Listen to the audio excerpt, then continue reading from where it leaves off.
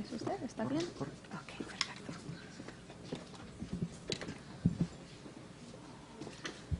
Good morning, everybody. Thank you so much for joining us. My name is Gracie Willis. I'm a staff attorney with Southern Poverty Law Center's Immigrant Justice Project in Atlanta. I'll offer some remarks, and then we will hear from Manuel, followed by Mauricio Calvo of Latino Memphis, and then we'll go ahead and take some questions. I am thrilled to stand here today next to Manuel Duran Ortega, who has returned home after 15 long months in immigration jail.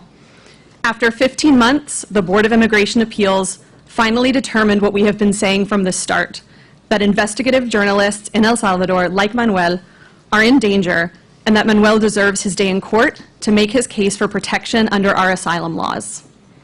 While I can and have lauded Manuel's persistence, bravery, and fortitude, I would like to speak a bit on how his individual case epitomizes the crushing weight of the immigration incarceration system and the toll it takes on individuals, families, and communities.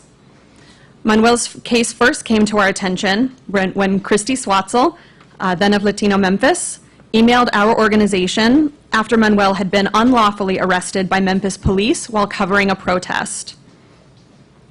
After the charges against Manuel were dropped, ICE swiftly moved him not to the Tennessee ICE holding facility, but directly to LaSalle ICE Processing Center in Louisiana.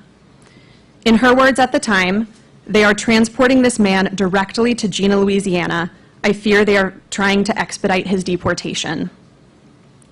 Manuel's community acted swiftly. Many people present here today collected signatures, amplified his story, and stood in protest of his transfer from Shelby County's custody to ICE's.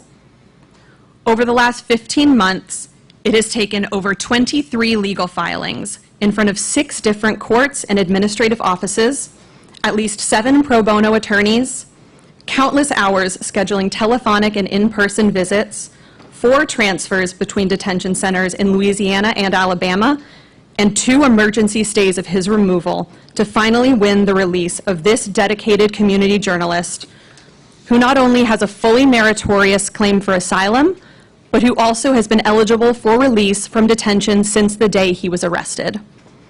And that speaks only to the legal resources that were required. Manuel's family and friends have spent the better part of the last year and a half traveling from Memphis to remote detention centers and have been needlessly traumatized by his long detention. His community has found itself without, in the way one individual described him, its most known, beloved, admired, and appreciated news source. Although Manuel is extraordinary, his experience in detention is far from unusual. The United States is currently detaining 53,000 immigrants across the country, many of whom do not have the community of support that Manuel has had.